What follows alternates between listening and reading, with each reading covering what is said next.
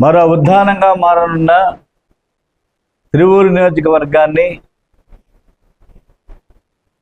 Kidney బాధితుల సమస్యకు పరిష్కారం చూపాలని చెప్పి 27, 28, 29వ తేదీల్లో జరగనున్న పాదయాత్రలో కిడ్నీ బాధితులు ప్రజలు పెద్ద ఎత్తున పాల్గొని స్వాగతం పలకాలని చెప్పి గ్రామాన జరిగే ఈ పాదయాత్ర 100 కిలోమీటర్ల మేర సిపిఐ చేపట్టింది. దానిలో భాగంగా ఈ రోజున ప్రభుత్వాలు పాలక వర్గాలు నిర్లక్ష్యం వహిస్తున్నటువంటి తరుణంలో కృష్ణానది చెంతనే ఉన్న కృష్ణా జలాలు తిరువూరు నియోజకవర్గానికి సరఫరా కావు. 50 కోట్లు వాగ్దానం చేస్తామని చెప్పినటువంటి నాటి ప్రభుత్వ పాలకులు నీటి మూటలు అయిపోయినటువంటి పరిస్థితి.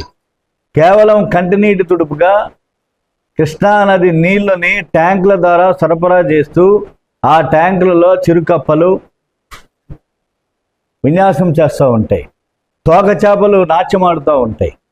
ఇది కార్పొరేషన్ వారు లేదా పంచాయతీ వారు లేదా వాటర్ రిసోర్సెస్ వారు చేసేటువంటి సప్లై చేసేటువంటి వాటర్లో ఉన్నటువంటి పరిస్థితి. కాబట్టి వాళ్ళ రోజుకొకళ్ళు పిట్టల్లాగా రాలిపోతున్నటువంటి పరిస్థితి, ఊపిరిలు వెళ్తున్నటువంటి పరిస్థితిని మనం చూస్తున్నాం. అందువల్ల నేను ఈ సందర్భంగా విజ్ఞప్తి చేసేటువంటిది సిపిఐ మరో ఉద్దానంలాగా మానవున్నట్టు ఏకొండూరు, గంపలగూడెం, హనుమల్లంక, విశ్వన్నపేట, తిరువూరు.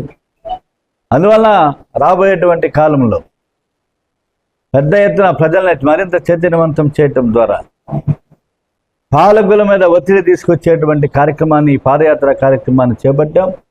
అలాగే కొండపల్లి పారిశ్రామిక వాడల్లో కాలుష్యాన్ని నివారించాలని చెప్పి విజయవాడలోని ప్రజలు కూడా కల్తీ నీరు తాగేటువంటి పరిస్థితి, కాలుష్యం నీరు తాగుతున్నటువంటి పరిస్థితి, కాలుష్య కోరల్లో కొట్టుమిలాడుతున్నటువంటి పరిస్థితి మనం చూస్తున్నాం.